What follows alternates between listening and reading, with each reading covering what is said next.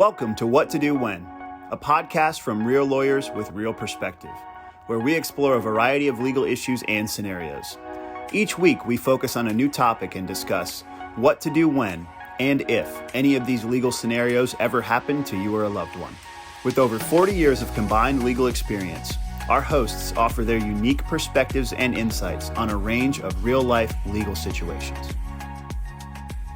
Hi, welcome back to another episode of What to Do When here at Critzer Cardani in Richmond, Virginia. I'm Jackie. I'm Scott. Jackie, what's on the docket for today?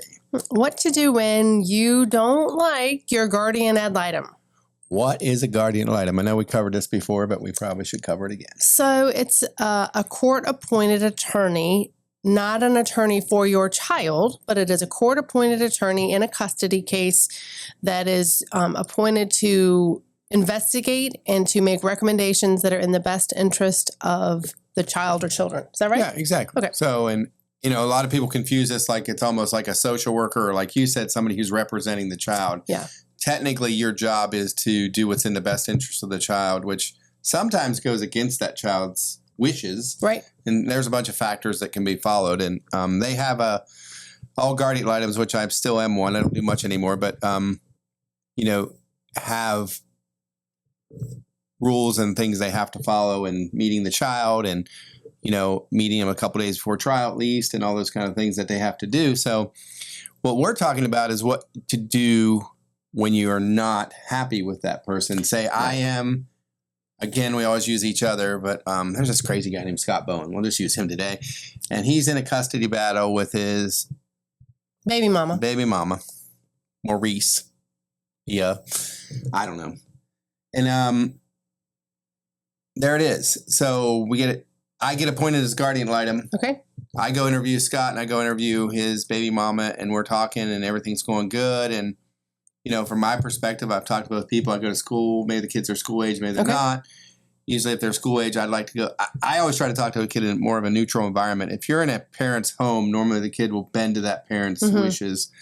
It's very normal. And not anything to do with the parent necessarily. It's just the child's perception of what's happening. Exactly. And a lot of kids try to please both parents. So in one house, they'll say one thing, in one house. So if you can get them in a neutral environment, they tend to have that pressure removed from them and they're a little more honest and straightforward. So that's what I've always tried to do. But so, just say that process is going on. Today's Guardian Ad Litem is mostly send out this 20-page form that you have to fill out as a parent. And so we're talking about what to do when you're not happy with them. Well, when you just don't like the position they're taking, right? Maybe they've let their opinion be known early in the case, assuming they've been doing the work, right? We've talked about guardians who sometimes just don't get involved and really don't do their job. Not talking about that. This is a guardian who's been involved, at least done, hit the high notes, and you as the parent are just not digging what they're putting out. You just don't like what it is they're saying or what their opinion is. So I get this a lot. I'm sure, Scott, you do too, where, the guardians aren't always completely neutral. Sometimes they do draw an opinion early on in the case. They've gone through the questionnaire. They've met with the children. They've met with each parent. Maybe one parent is particularly combative all the time, which we get. Sometimes we're the ones representing the combative person. Sometimes we're representing the person on the other side of that who is trying to limit contact to limit conflict, and they can be seen in a different light. So what do you do when, you've got an attorney or don't, but you don't like the Guardian Ad Litem? Let me tell you what not to do first. Do not become embroiled in a battle with the Guardian Ad Litem. It will not serve you. Not at all. It won't serve you. They're not there to do what you want them to do or to do what the other side wants them to do. They're there to represent what's in the best interest of your child or children. So you should answer their questions, answer their emails. If they need to come to your house, give them an appropriate time frame that they can come to your house. You know, if they need to, most of the time when they're going to a house, they're looking in the fridge to make sure there's food. They're walking around very briefly to make sure that it's appropriately appointed. The kids have a room or a bed, something like that. If they've come to your house, it's because they just need to take a look around. It's not to say that you have dirty dishes in your sink or that you have, you know, a spill on the floor from the toddler from 5 minutes ago just before they walked in the door. Like, that's not a big deal. It's making sure that everything's appropriate. And just remember, the guardian ad litem has an order where he has access or she has access to whatever she wants to, basically, your kids' records, the school, the kids, your house. So when I was a guardian ad litem, I used to show up in surprise visits. And the reason I did that was I wanted to get a feel for what was really going on in the home, not the whitewashed version that, I'm coming at 7 o'clock, you swept and vacuumed all the house. I never cared about, condition of the house. I understood that parents, unless it was a danger or some kind of trap, that way. But, if parents were generally decent with that kind of stuff, I was more looking for the interaction with the kids in that moment, how they were dealing. And I tried to get a very honest perspective of that. So, but Jackie's right. If somebody knocks on your door and says, hey, I'm the guardian ad litem, shows the paperwork, you don't go. You can't come to my house. You didn't make an appointment, or you're not going to see my kid at school, or all these kind of things because you're mad at them. That's just going to dig your hole deeper. Right. Now there's reason to suspect that something's not quite right. Why aren't you letting the guardian come in? And that will be reported back to the judge. The judge will hear that they showed up, you wouldn't let them in. It's just not going to serve your case. It's not going to serve your custody case. And then you're going to want to listen to another podcast we're going to do that says what to do when you lose custody, okay? You need to be, first of all, non-combative. So in other words, what to do, keep the peace. Secondly, be honest. Do not lie. Because let me tell you something. If a guardian sniffs a lie, they're going to find out what's going on. They're going to find out the truth. And then if they find you to have been dishonest about something, they're going to wonder if you've been dishonest about everything. And that's going to put your entire character into question and whether you can appropriately make decisions for your child or children.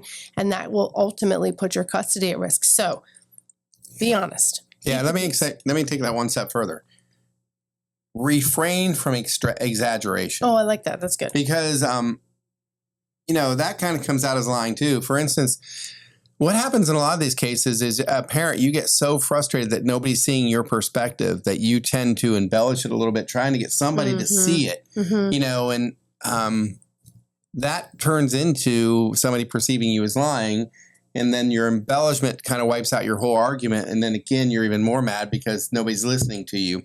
So Jackie's absolutely right. Be honest. Don't exaggerate. Do these things and communicate well. If you have an attorney, make sure you talk to them that you don't like the guardian ad litem and why, and explain to them. And let me say this too, because I think it's an important part of this. The guardian ad litem may be against you or may not like you, but that doesn't necessarily end the case. And it's not. Most judges I know don't follow carte blanche what a guardian ad litem says. Correct. Their job is to take a recommendation from the guardian ad litem in the light of all the other evidence and then put that into his processing. And I find most judges to do that. I've had judges as a guardian ad litem for me not take my perspective at all. Well, and in representing a party in a custody case, I've had judges say, Madam Guardian or Mr. Guardian, I appreciate your opinion. I appreciate your thoughts on this case, but I don't agree with you. Yeah. So it's possible. It's not going to be they're not the end all be all in your custody case, but it is important to make sure that you are communicating well with the guardian, and that includes home visits. You keep the peace. It includes filling out their 30-page form or 20-page form and doing a good job. Don't get frustrated with it and start putting snarky answers because on answer 25, you're sick and tired of answering the questions. Take your time. Be honest and succinct at the same time. You don't need to write books. I mean, think about it. If you're writing 25 pages for each answer, it's probably you're trying to justify yourself too much. What does it always say? Thou dost protest too much. Right. You got to be careful with that kind of stuff. You want to... When you do that, it affects your credibility. It affects so just be succinct. These are the issues I'm having. This is the answer to the question. This is why I think dad should not have custody or should have custody. And let me say this too, a lot of times you'll get into this because you believe that you have rights greater than you really do. And, and so believe me, I think the parental right is the greatest thing, but so is the other parental right. And you may not like Sure. the person you hooked up with and whatever, but their rights are equal to yours. And if you are talking down to them from that perspective, a lot of times guardians get wind of that, and that creates a problem too. So remember, even if you don't like the person, respect that he's an equal partner in the parenting, and the law sees him as equal. Right. And you have to show, not from your position of I'm superior, but from a position of just truth of why this is a problem, what's going on, and take out that whole thing.